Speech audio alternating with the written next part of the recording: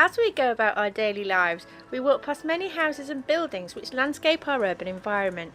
Most can be as pleasing or unpleasing on our eye as we wish. But do we ever stop to consider who built them and their own personal history? Born in 1772 in Cambridge, Charles Humfrey has left his architectural mark on the city.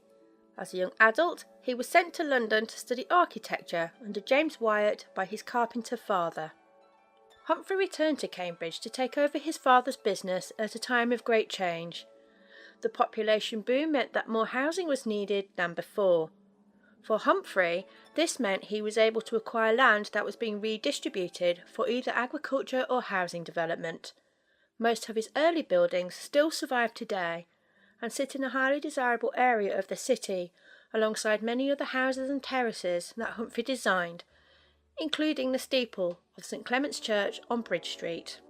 Built between 1816 and 1825, the area marked on the map is often referred to as the Doll's Close due to the dollhouse-like appearance of the Grade II listed Georgian Regency houses that Humfrey built.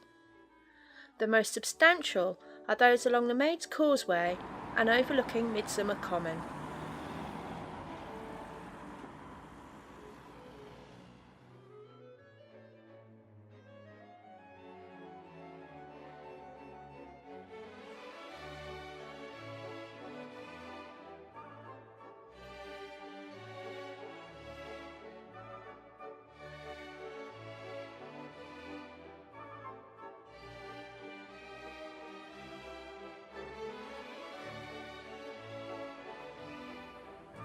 Turning left onto Short Street, so called for its length, we see terraced houses.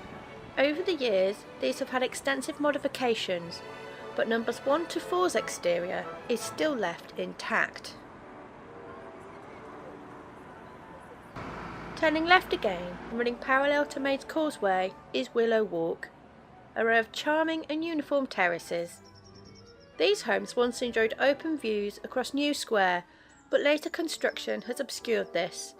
As we walk along, you will also see that a later modification has been added to match New Square building designs.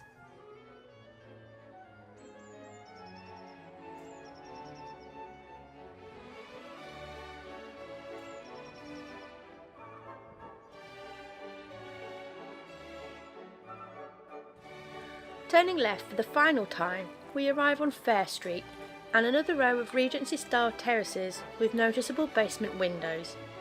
Humfrey designed all of his homes with basements for maids to live in, so most likely catered for those with wealth.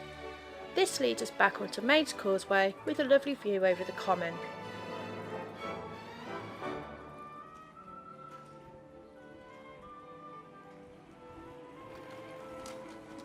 Humfrey's own home, Clarendon House, designed by friend William Wilkins, was a large mansion with extensive gardens and orchards located just off Parkside. Clarendon Street is all that is left in its memory, and Parkside Community College now stands where the grand mansion once stood. Considered the prettiest street in Cambridge, Humfrey had these charming cottages built for his servants and estate workers to live in. Originally, they were built with no front window, so inhabitants couldn't look out over his orchard and gardens. Humfrey had a great interest in political reformation and became Mayor of Cambridge for one term. Whilst in office, he managed to clean up previous corrupt administrations and went on to fill other roles in public office.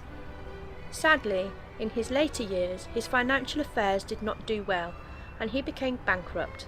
His goods and home were sold in 1846, and he retired to Islington, where he died in March 1848, leaving a lasting visible legacy on the city.